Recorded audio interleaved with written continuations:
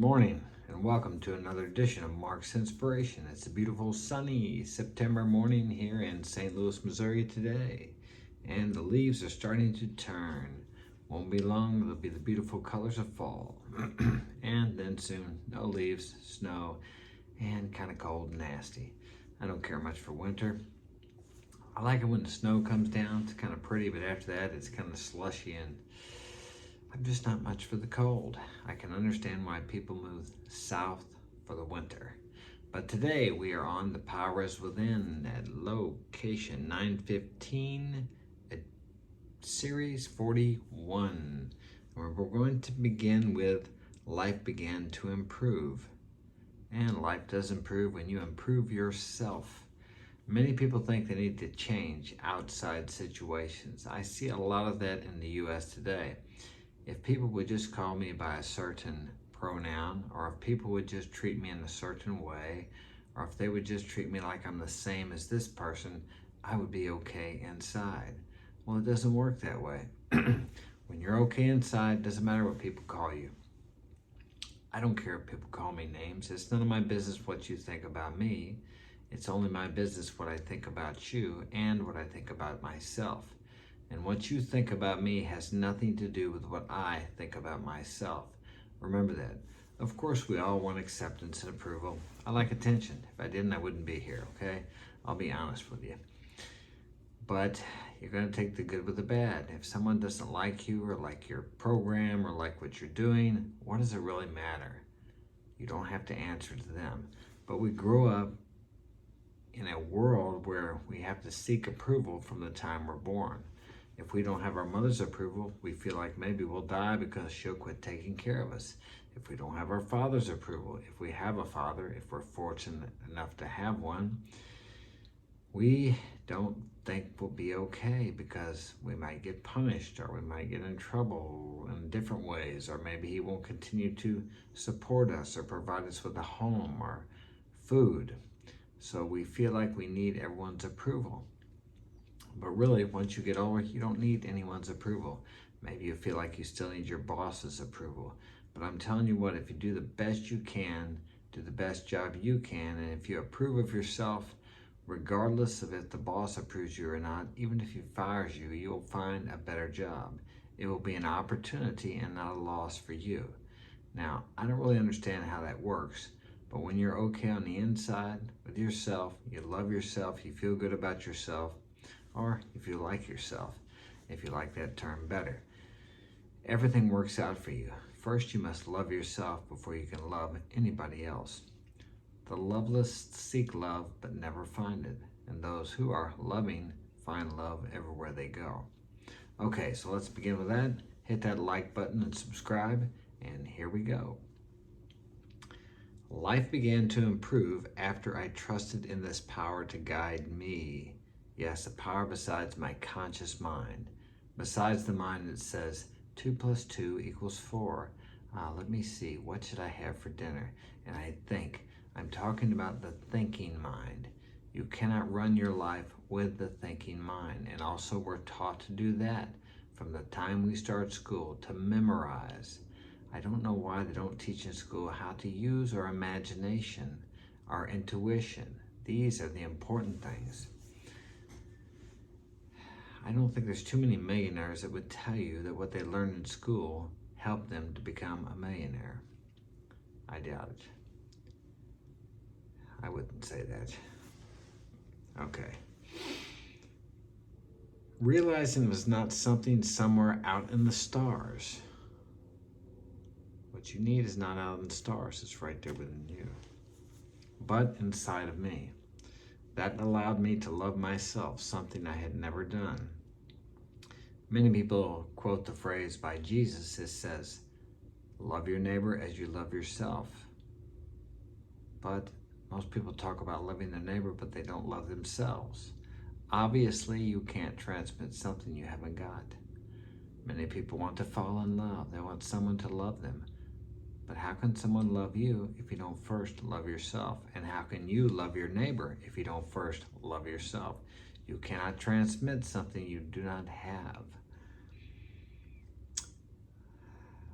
We should digress and focus on that for a moment.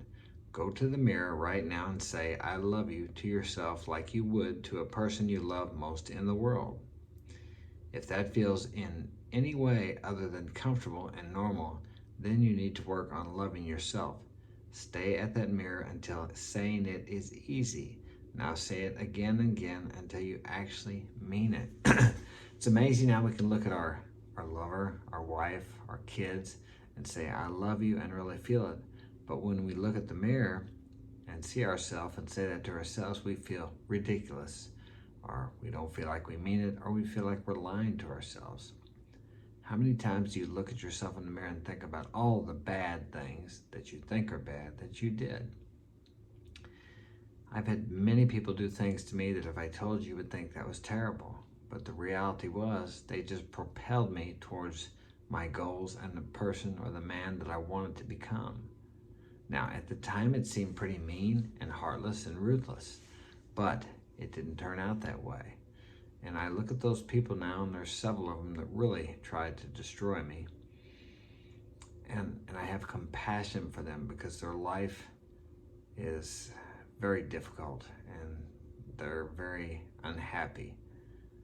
So it's like the boomerang effect. Whenever you try to hurt someone else, that hurt boomerangs back on you, multiplied many times over. But the good side of that is, if you try to help somebody else with your intention, excuse me, to help someone, that too comes back to you multiplied. So it works both ways. Those are the immutable laws of the universe. You can't escape them. You may escape the laws of the land, but you will never escape the laws of the universe. Okay. We shall move on. Louise Hay was a leader in the New Thought movement and wrote many self-help books on the subject. I've read many of her books, some of them over and over again. She was also the founder of Hay House Publishing. Louise always encouraged and promoted what she called mirror work. For Louise, that meant simply looking into the mirror several times a day without making any judgments, just looking, accepting, and loving yourself unconditionally. Excuse me. I suggest you do that until you feel comfortable, then continue to practice to maintain your self-love. I've been falling short on that a little bit myself lately, so I started doing it again. Coming back from our digression, you now have a belief and a surrendering trust to the power that is greater than yourself. Let's take that trust for a ride. In the next day, be vigilant for situations that would normally cause you distress of some kind. When they happen, remind yourself of something greater than you is looking out for you. When you approach that intersection and the light turns yellow, even if you could make it by gunning it, slow to a stop instead. Trust that if you surrender to the simple bit of guidance, that from it your faith will grow. But I'm in a hurry, Mark, you say. I have to be somewhere on time. Do you? How do you know that the person you're driving to meet is going to be there on time? How do you know that if they are there, they won't be in the bathroom and you'll have to wait anyway? How do you know that if you stop at that light, you won't get there at exactly the perfect possible time? What if getting there just a minute or two later would give this person exactly the break he needs because his day has been one appointment after another, and now he has his full attention to devote to the purpose of meeting you? We have no idea what our being late will cause, and yet we assume it will be some version of bad. He'll be angry, he won't want to see me. The list goes on in our mind. What if stopping at that intersection saved you from a terrible accident in the next? That reminds me of something that happened to me yesterday. I just got the biggest contract that I've ever had since I was in business, and I scheduled it for next Wednesday to start. Somehow or another, when I looked at the calendar, I thought we were a week. I don't know what I did, but I should have scheduled for the following Wednesday. That's what I thought I did. That was like 2 days ago. And for some reason, I just happened to notice it yesterday. So it's like, I have a full week's work next week on another job. So how do I start this job? I can call them up and tell them I made a mistake, which I'll probably tell them I made a mistake anyway. But I thought, how can I use this to help me? So I believe we're all in the process of expansion. As the universe is expanding, we are expanding. And if we're not expanding, we're contracting, which causes depression and misery, which means you're not doing something to stretch yourself. So I thought, well, I could start this other job for 2 days. I can be there and I can get my 2 boys to stay on that job because they're capable enough to do a great job. And then I can go start on the other job with one of my other boys, which is difficult running 2 jobs at the same time, but I can do it. So what I realized was this is an opportunity that I created myself somehow, subconsciously, for expansion.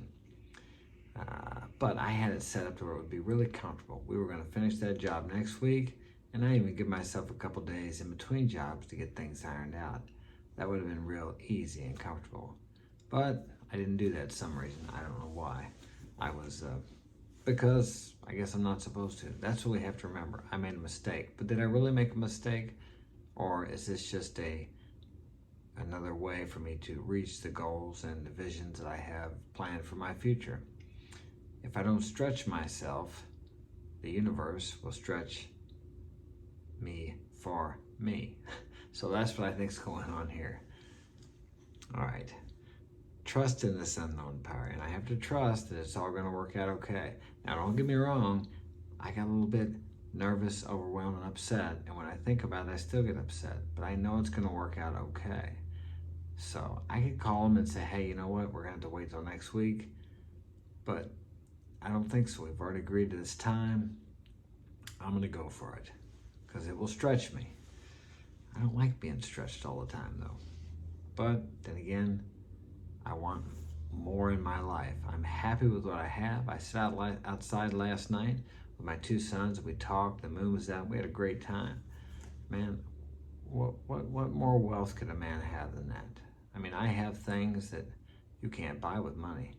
And I love money too. I have some money too, but it doesn't compare to what I have as a family and my health and my friends and my life. You can't buy that with money. Although it takes money to maintain my home and family. But the point is, the value we have in our life, the real value. And at the end of our life, we're not going to look back on how much money we have, how many lands we bought, how many cars we had, or whatever. We're going to look back on the relationships that we developed during our life. That is what we'll cherish. Trust in this unknown power will take time to build, the same as trusting a person you've just met. Be patient, it will be worth it. You have to pass the time anyway, so you might as well make use of it to make improvements. As your trust grows, your life will flow more serenely. You'll start to see things working out for you in ways that will amaze you. You can't run the show. You're not in the driver's seat. You're a co-pilot. Go with the flow. Now, that's not to say you don't plan things. It's good to make a plan, but be flexible with your plan. Don't be a hard-driving SOB that pushes people to get what you want done, and you piss people off, you step on their toes, you make enemies instead of friends. You destroy relationships instead of building them. It's really an easy concept, and I suppose that's what makes it so hard.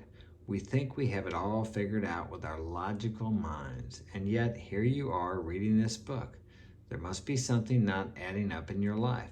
You are living in the perfect time to take these steps.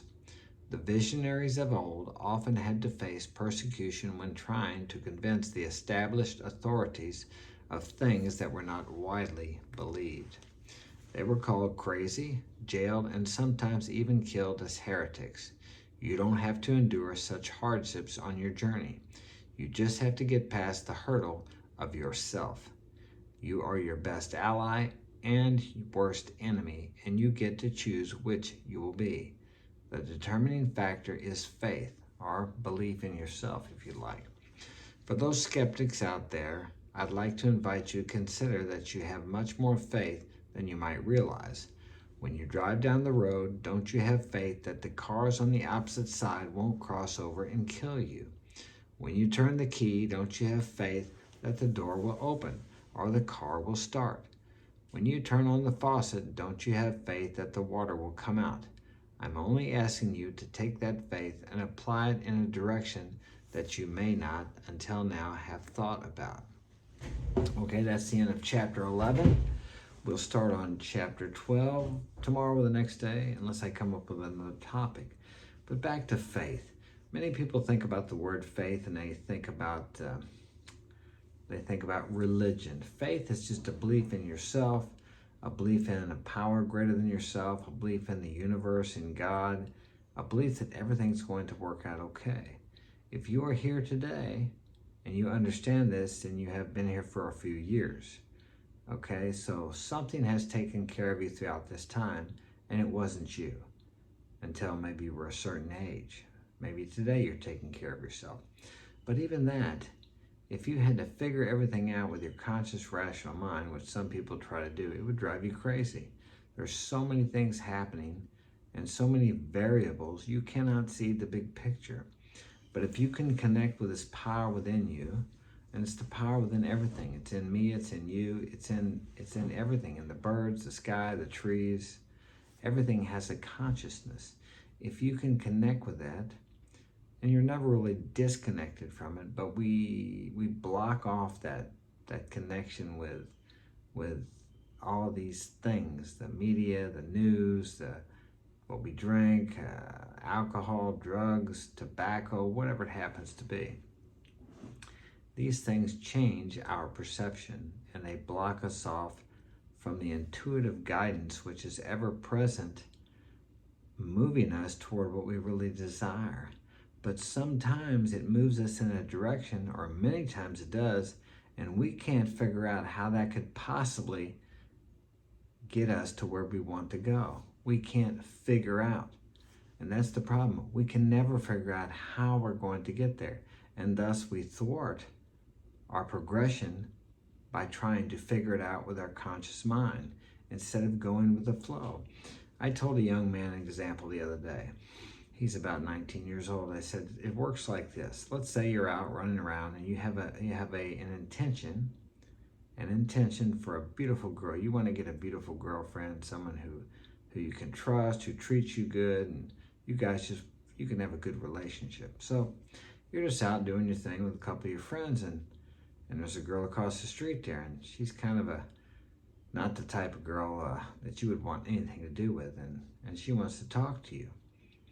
So you don't want to go over there and talk to her because, you don't want anything to do with her. So you ignore her. She tries to get you to come over there. She calls your name. Hey, would you come over? I want to talk to you for a few minutes. And you're like acting like you don't hear her. And your friends are kind of ribbing you because they know that you don't want to be with her either. Go on over there. Go on. It's like, man, I ain't going over there. You're ignoring her. And she's trying to get your attention. Finally, she gets frustrated and gives up. She's like, man, I'm glad she's leaving me alone now. Okay, 5 minutes later, you and your buddies are still there talking, and all of a sudden this beautiful girl walks up and starts talking to the girl that was trying to get you to come over there because she wanted to talk to you. Yeah, guess what? That girl that you wouldn't talk to, that you were ignoring, is going to tell this beautiful girl that just walked up there. And you glance over there and you see that she's looking at you, the beautiful girl and the other girl, and they're talking about you. What do you think the girl that you ignored is going to say to her? Is she going to give you a good recommendation, for lack of a better way to say it? Or is she going to say, I tried to talk to him and he seen me and he just ignored me. He was so rude to me. So there you go. You didn't know what was going to go on. You didn't know that you had an opportunity to meet that girl that you've been wanting. You knew that this girl that was trying to get you to come over there was not in no way a girl that you'd want anything to do with. So you ignored her and you were rude to her. See, because you couldn't figure it out. You couldn't see the big picture. But there's a part of you, the higher self, God, knew what was going to happen. He tried to get you to go over there, but with your rational mind, you tried to figure it out. And you just try to think, no, there's no way. I don't need to go over there. So that's the way it works. You have to do what's in front of you. What was in front of you right there was to go over and converse with this girl. Forget about yourself. Forget about what you might get out of it, or in this case, you weren't going to get anything out of it, and you certainly didn't want her to think that you liked her. But see, you had that all figured out in your rational mind. But God was giving you an opportunity to meet the girl of your dreams. But you blew it because you thought you knew better. So remember that. Think about that in the future. Whenever it seems like something could not possibly be connected to your goals or your vision, you have to have a goal or vision. Write it down first. Remember, you can't see the big picture, but something can. And that something lives inside of you and me and in everything in the world. And maybe in the universe, maybe everywhere. I'm not quite sure. All right, that's all I have for today. Thanks for joining me. Hope this has been of value to you. Share it with a friend. I'll see you tomorrow.